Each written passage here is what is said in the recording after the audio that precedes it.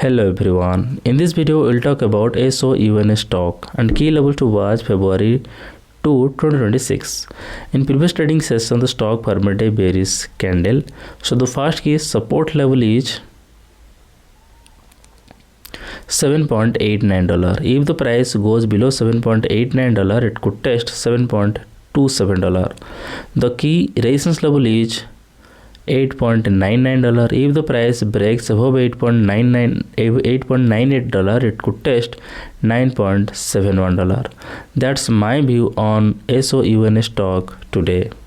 If you found this helpful, please subscribe for more updates. This video is for educational purposes only, not financial advice. Always do your own research before investing. Thanks for watching.